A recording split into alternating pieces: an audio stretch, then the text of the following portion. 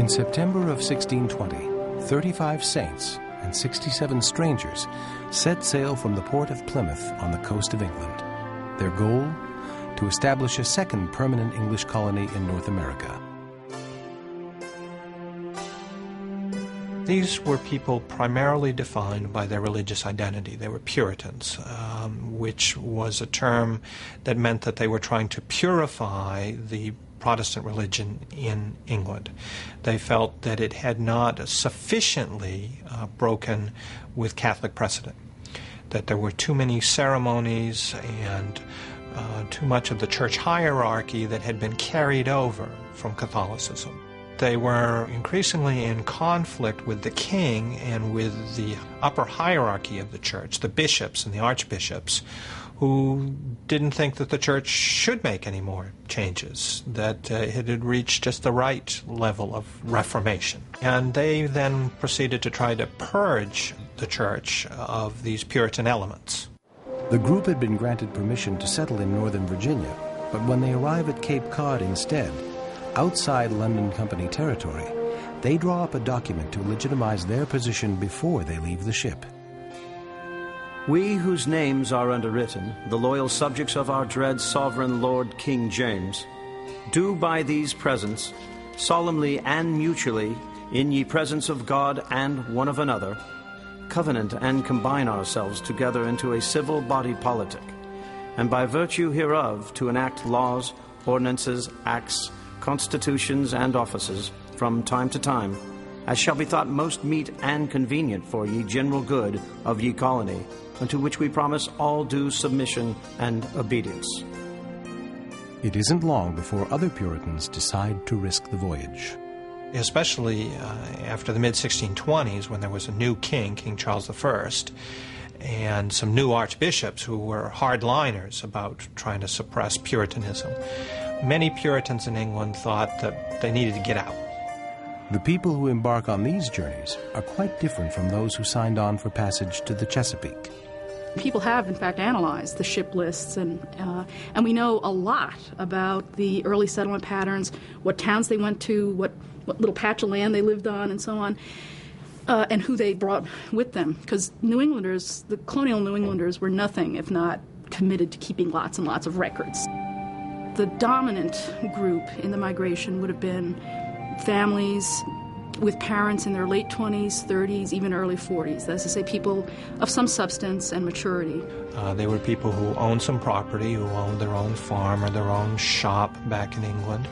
And so we have much more of an age spectrum, from children to young adults to even old people who are going together as intact family groups. They're going with some property of their own. They're paying their own way. Some people crossed because they were drawn by the prospect of cheap or free land. Some people were drawn by a spirit of adventure. Some people were disappointed and went back. But the majority of New Englanders were sort of self-selecting Puritans who wanted to establish a godly community in the New World, the kind of community that they had tried and failed to establish in the Old World. People often say that the Puritans came to New England because they were being persecuted in Old England. There's an element of truth to that, but many people in England might have said that the Puritans left because they had tried and failed to persecute everybody else in England and that they now wanted to persecute others in North America. If you looked at that, you would find large numbers of people who came with a congregation, maybe not everybody in the congregation, but a big subset of a church in England would come, would travel together, and would settle together. And that's one reason all you have to do is look at the place names of New England and compare them to Old England to see a lot of that kind of continuity.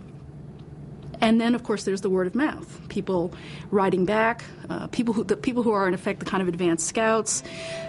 We're here. It looks good. You should come over. There are people who write and say, I have never been so miserable in my whole life, and I wish I could come home. As an Englishman studying early American history, I think it's very important to recognize that when people crossed the Atlantic, they didn't sort of dump all their cultural baggage overboard. They were very much Englishmen and Englishwomen living in a new world, and that new world transformed their lives in many respects, but they still, in many other respects, remained a product of the culture they had come from.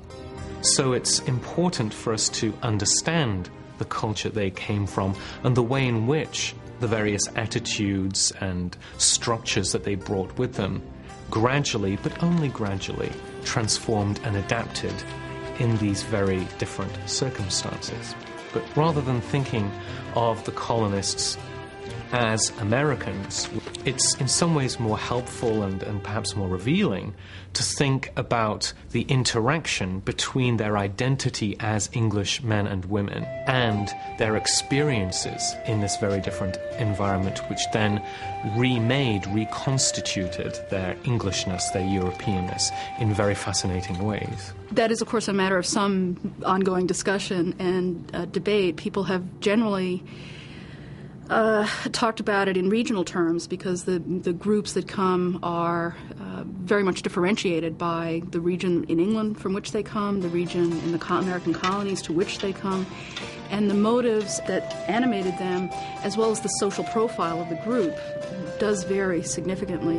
For example, the fact that some of the colonists had encountered Irish resistance to colonization during the latter half of the 16th century influences their attitude toward Native Americans. He saw the Irish as a very barbaric people who needed to be settled and civilized, and they were disconcerted by the unwillingness of many of the Irish to go along with this. And they certainly came to North America with a very lively sense of the dangers, the challenges of settling a land in which there was already a group of people living who were allegedly savage and certainly culturally very, very different and disconcertingly uncooperative at times. The initial experiences of explorers in North America resulted in two very different sets of expectations. On the one hand, Native Americans seemed to be very friendly and cooperative and generous-spirited. On the other hand, they seemed to be, from a European perspective, horrifyingly different, which for them meant inferior and savage. And there was a tremendous ambivalence on the part of the early colonists whether to perceive the Native Americans in positive, constructive terms or as a threatening, dangerous obstacle. The fact that the colonists are first very weak and need Native American cooperation, of course, encourages them to interact with them somewhat constructively. In the midst of the political and social turmoil that characterizes the reign of Charles I, Puritan merchants obtain a grant of land and a charter from the king to create the Massachusetts Bay Company. They discover that unlike other corporate charters, there is no residency clause in the Massachusetts Bay Company. It doesn't say the Massachusetts Bay Company of London. The Virginia Company was the Virginia Company of London. It doesn't say anything like that. And so what they do is take the charter along to America with them, and over the course of a little more than 10 years, they convert it into a functioning constitution for the colony itself. So it's really not a money-making operation in itself, the way the Virginia Company was supposed to be. It really is a structure for a colony. Massachusetts Bay was economically the most successful, geographically the most expansionist of the New England colonies, was an irritant to the crown. From the very beginning, Massachusetts Bay, and to some extent New England more broadly, had a high sense that local prerogatives, local authority, local privileges were important. So that in New England, they saw themselves as recapturing the authority that had been under assault by Charles I. And so they established the town meeting, what is to become the cornerstone of community life, of local control. The town meeting was absolutely central to the functioning of a community in early New England, and in some ways still is today. It was attended by all of the adult free males. It was in some ways a remarkably democratic institution for its time, though the opinion of a principal householder would have carried probably much more weight than the opinion of a young male who was only just starting out on adult life. So most of the decisions taken in a town were taken at the meeting, not in private by various officials. There was a dispute over exactly how much authority local magistrates were supposed to have. And on one side, not surprisingly the side held by the magistrates, John Winthrop, for instance, that their view was all government comes from the consent of the people. But once that consent has been given, the people choose leaders who know what they're doing. And they defer or delegate authority to them. And once they've done that, they should kind of shut up and take their medicine, they should do what they're told. But there were other people who said, no, this is a continuing process of oversight and consent. The church itself is also a governing influence in the life of the community. Whereas in England, everybody within a local community was assumed to belong to the local church. In New England, the church consisted of people who actually made the choice to come together and sign a covenant and thus constitute themselves as a covenanted congregational community. And whereas in England power came from the top down, in New England power rested with the congregation itself. The congregation voted as to whether to admit new members. It voted to hire and fire ministers. In some churches, women were allowed to vote. Becoming a church member was one of the few public distinctions that women could achieve autonomously on their own. While there is a formal separation between church and state in places like Massachusetts Bay, for example, clergymen hold no civil office in Massachusetts. There are other features of this political polity that we would think of as being very intrusive in terms of the demands that religion is able to make on government. For example, it's part of the legal code in Massachusetts that everyone, irrespective of their faith, what church they belong to, for most of the 17th century, everybody is bound by law to pay taxes to support the Puritan clergy. The communities created in New England are more tightly clustered than the English villages they'd left. In many cases, the townsfolk would be given two plots of land, one in the center, a small plot for the house itself, and then a larger plot outside the town center for farming on. So instead of living in the middle of your farming plot, you'd be more likely to live in this tightly clustered little community in which everybody could keep watch. The church charters of New England had a wonderful phrase. Each member of the church was enjoined to keep a holy watchfulness over others. And that can lead to a multitude of sins. That's mostly, what they meant, of course, was that you would watch for the spiritual welfare of members of your household, but also everyone around you. In practice, this can turn into sheer nosiness for the sake of it, and it can also turn into a kind of presumption that you have an obligation and a right to give people advice, lots of advice. Many very respectable, godly couples were hauled into court or before their local church congregations because they'd engaged in premarital sex, not because these young people rejected conventional morality, but because on both sides of the Atlantic, many ordinary people believed that the boundary between licit and illicit sex was not public marriage, but betrothal. And the Puritan authorities found it very difficult to get all of their church members to accept one version of moral respectability. At the very heart of Puritanism is an extraordinary level of subversiveness. Puritanism is a belief that puts tremendous emphasis on the individual's relationship to God, unmediated by a church, by sacraments, by a minister. Nobody is supposed to tell you what to believe. You read the Bible, and you have a relationship with God. This is a tremendously individualistic and empowering and dangerous belief in a lot of ways.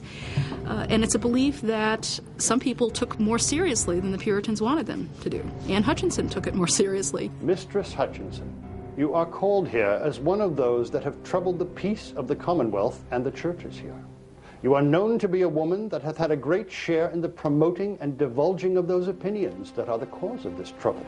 And you have maintained a meeting and an assembly in your house that hath been condemned by the General Assembly as a thing not tolerable, nor comely in the sight of God, nor fitting for your sex.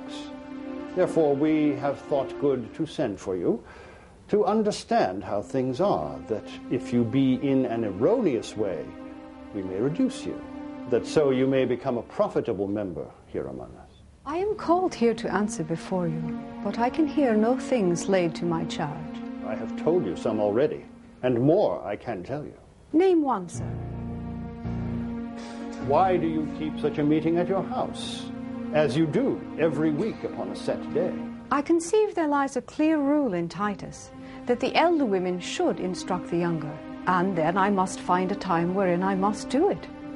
If you convince me there is no rule, then I shall yield. This rule crosses that in the Corinthians, but you must take it in this sense, that elder women must instruct the younger about their business, and to love their husbands and not to make them clash. I am persuaded that the revelation she brings forth is delusion. Therefore, if it be the mind of the court that Mistress Hutchinson, for the things that appear before us, is unfit for our society, let them hold up their hand.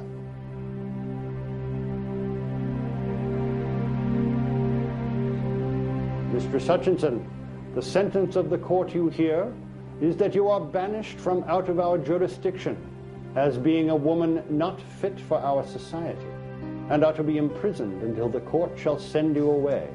I desire to know wherefore I am banished. Say no more. The court knows wherefore, and is satisfied. Come away with you. Some of the most vociferous and dangerous challenges to Puritanism came not from people who said, we don't believe a word of this. It came precisely from people who said, we believe every word of this, and we take it more seriously than you, the ministers, do. We are relying on our reading of the Bible. And you can't tell us otherwise, because if you do, you're the one who's backsliding. You're the one who's distorting the doctrine. So that's clearly an unintended consequence, and that too opens up challenges to authority that are destabilizing and disconcerting to the people in charge. So part of what the Puritans discovered was that the Catholic Church knew something about keeping people in order. Just how successful are the Puritans in establishing the godly community they'd envisioned? That was never really possible to the degree that they would have liked, and there were many reasons for that. One was that in order to have a viable colony, they had to admit craftsmen and artisans who weren't necessarily very godly but had the skills they needed. And many of these people proved to be a thorn in the sides of Puritan magistrates and church officials. Also, many church folk were less exclusive in their adherence to orthodoxy than Puritan leaders would have liked. Many people would argue that a lot of the traditional constraints and supports of traditional society and community life were eroded in America because of the opportunities for mobility and the challenges of that mobility and broader land ownership presented. People who had easier access to land need not feel dependent on their father to inherit land. They need not feel dependent on the local landowner that kept them in a state of tenancy, and that meant that they could speak their mind in town meetings. They didn't have to vote the way their father or their landowner wanted. They didn't have to marry who their father wanted them to marry. So from one fact, easier availability of land, flows political consequences, personal consequences. The New England colonists, in contrast to those who settled in areas of the Chesapeake, are more interested in staying put than spreading out. But as rapid population growth begins to overtake them, people inevitably begin to move beyond town boundaries.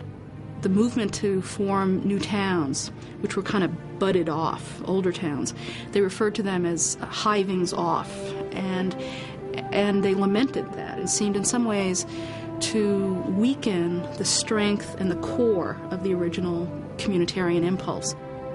When they opened a town, when they chartered a town, or were given a charter for a town, each family would be given a plot of land, And in the early going, each family would then, with the next generation, in effect subdivide the land. Now, obviously that could only go on for so long, but it could go on for a couple of generations. So there was less need. So in general, there is a period in which the New Englanders do not need to expand, and in some ways don't want to expand, and that helps, or it avoids some of the worst confrontations with Indians. This kind of family-centered colonization promoted by John Smith proves to be a breakthrough for the English. But I think it also is important to say that that was a tragedy for the Indians, because it ultimately made their use of the land impossible.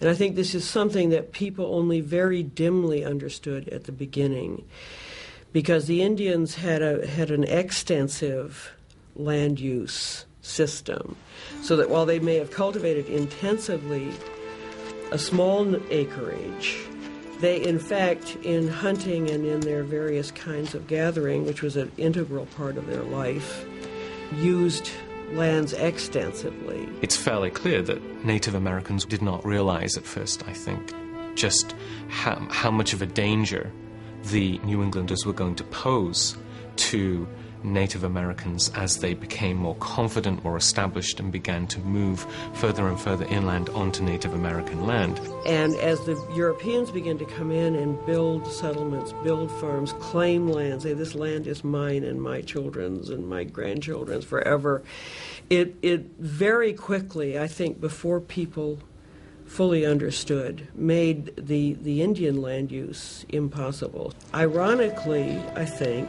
it is the peaceful farmer, not the soldiers, who really made this kind of clash between the native way of life and the imported European way of life almost inevitable, or virtually inevitable. Puritan relations with Indians did sour quite quickly. So you get the Pequot War, 1637, 7 years after Winthrop leads his Puritan friends ashore. And that's a nasty war. So nasty that the Puritans were bent upon wiping the Pequot from the face of the earth. And at the root of it was land. Most of those they didn't kill, they sent to the Caribbean islands to be traded for African slaves, and that's how slavery came to New England. A prisoner exchange, in effect. When the Puritans first came, they told themselves, and they told fellow Puritans in England, that one of their prime purposes was to convert the Indians. And they became the subject of a lot of criticism from the English Puritans.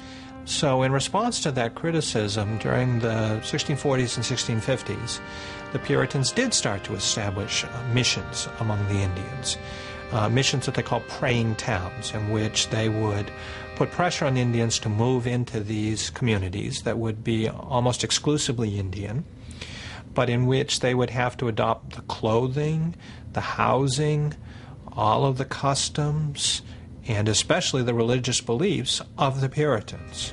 And not all the Indians could bring themselves to even try. To some historians, these praying towns are forerunners of the reservation system that will later be enacted.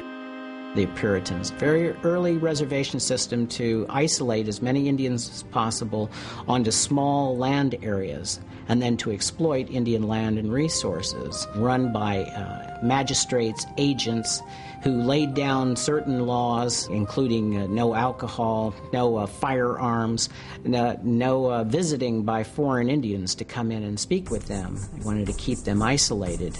King Philip decided that he was not going to allow this, and so he rose up against the Puritans in the Second Major War. I think most people would say that King Philip's War in 1675-76 was very devastating, very high rates of mortality on both sides, very destructive in terms of property, and very embittering in its consequences, the kind of conflict that left both sides with a permanent hatred of the other, the kind that's just embedded and difficult to unpack in any way. That was such a decisive defeat for the Indians that there then ensued relative peace because the Indians had been dispatched. The frontier, though, and the frontiers of all the colonies, are often given over to sometimes skirmishes and sometimes more sustained, often very fierce, very brutal attacks on both sides, by both sides, on both sides. Half a century after the Puritans' arrival in New England, the story enters yet another phase, as new groups enter the scene and the Old World challenges the colony's self-proclaimed independence.